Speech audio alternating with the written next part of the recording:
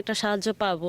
সেক্ষেত্রে আমি বলতেছি যে আমি চাই যে ভালো একটা ছেলে বা ভালো একটা হুজুর আমাকে বিয়ে করুক। আমি মানে চার দেওয়ালের বিয়স নতুন একটি গুরুত্বপূর্ণ ভিডিও নিয়ে চলে আসলাম। আমার স্ক্রিনে যে ছবি দেখতে পাচ্ছেন, এই মেয়েটি উনি হোস্টেলে ওনার দেহ ব্যবসা করেন।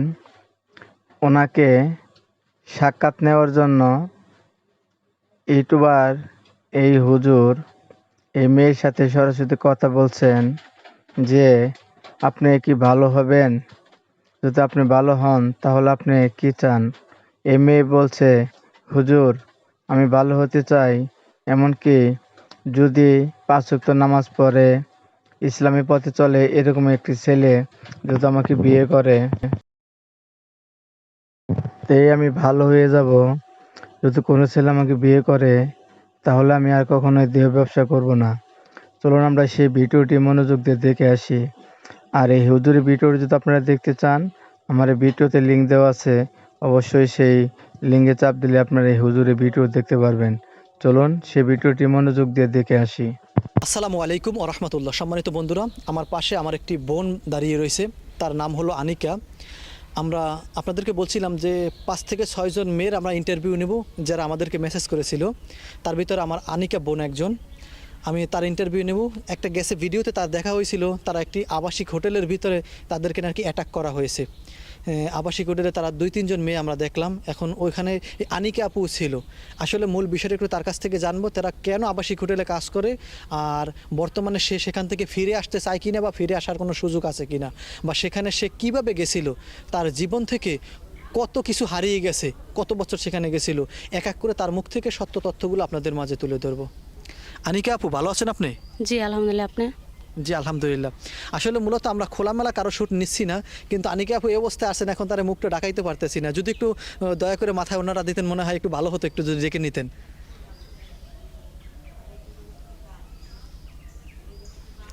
এখন আনিকা আপুর থেকে আমরা কয়েকটি তথ্য জানতে চাও, মূলত পার্সোনালি একটু বিষয়। আপনি কি অনুমতি দিবেন? হ্যাঁ অবশ্যই।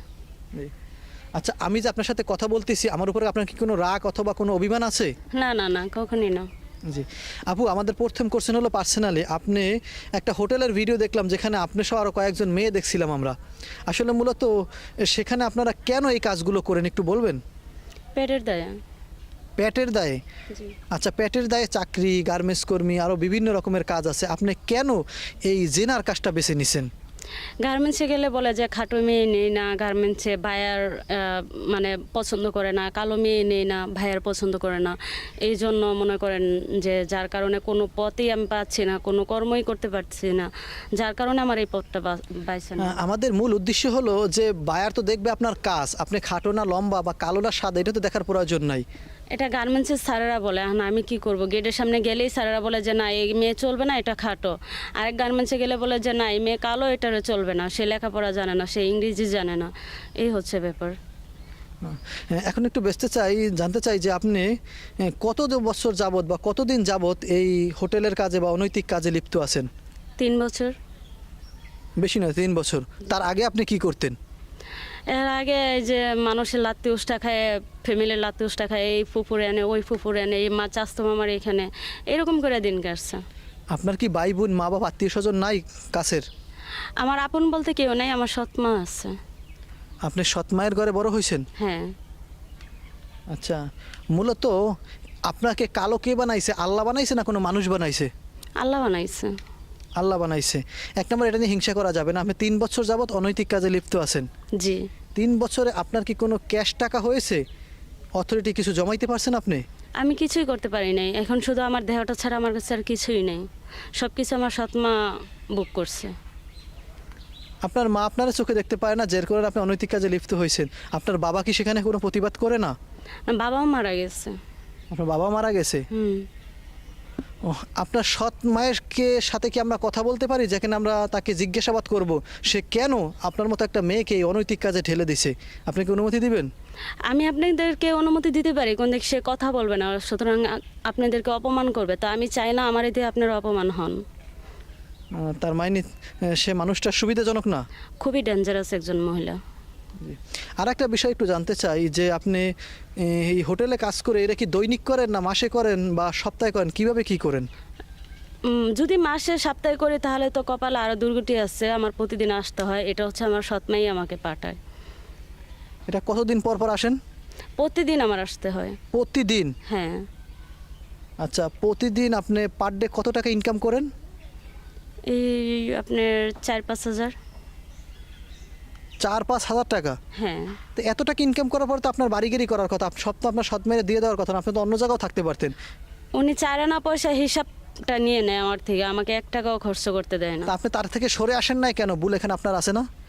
আমার ভুল আছে, কারণ আমি এরকম মানুষ পাই নাই। আমার আত্মীয় স্বজন কেউ আমাকে সাহায্য করে না যে আমি এই পথ থেকে যাই বা কেউ আমাকে নিবে, এটা চায় না।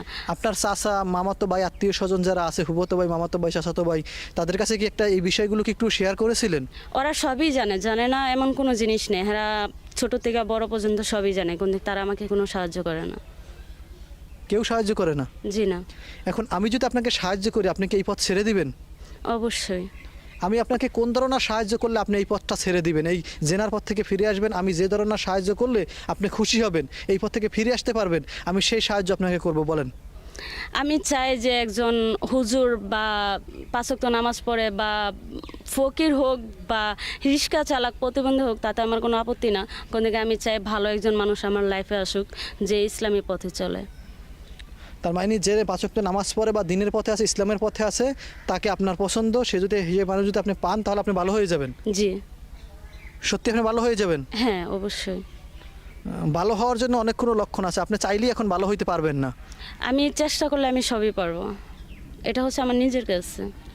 আগে ভালো হইতে হলে, ইসলামের সঠিক সেরকমের একজন মানুষ খুঁজতে হলে প্রথমে আপনার কাজ হলো আপনি পরিপূর্ণ আগে ভালো হতে হবে, তারপর একজন ইসলামী বা যে কোনো একজন ভালো মানুষ আপনার খুঁজতে হবে। আগে তো আপনার জেনার কাছ থেকে ফিরে আসতে হবে।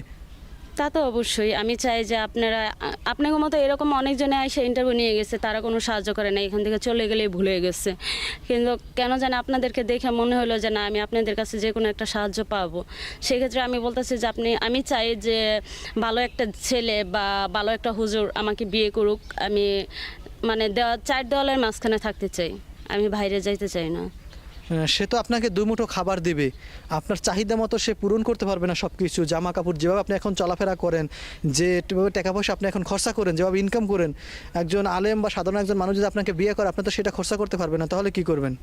আমার প্রয়োজন নেই। আমি চাই আমার সারাদিন 1 মুঠ ভাত দেখ, আমি তাতেই খুশি। আমার তেল সাবান প্রতিদিন লাগবে না, মাসে একবার দেখ, বছরে একবার দেখ, আমি তাতেই খুশি। আর আমি তো এই কাজটা নিজে থেকে করি না, আমার সৎ মা আমাকে বাধ্য করে করায়। আচ্ছা, সবার মনেই কিন্তু একটা ভয় আছে, আল্লাহর একটা ভয় থাকে, আপনার মনে কি সেই ভয়টা আছে? ভয়টা আছে অবশ্যই, কিন্তু আমার তো কিছু করার নাই, আমার হাত পা বাঁধা। আপনার হাত পা বাঁধা? হ্যাঁ। আপনি তো চাইলে এখন একটু নামাজও পড়তে পারেন না, পারেন কি না? আমি ঘরের মধ্যে নিজের স্বাধীন মতো যে নিজে সৎমার অনুমতি ছাড়া যে আমি 1 গ্লাস পানি খাবো, আমি সেটাও পারি না। আপনি এভাবে চাপের মুখে আটকে গেছেন? জি। তাহলে আপনার সৎ মায়ের বিরুদ্ধে কি আপনি কোনো থানায় বা কোথাও কি কোনো অ্যাকশন নিয়েছেন?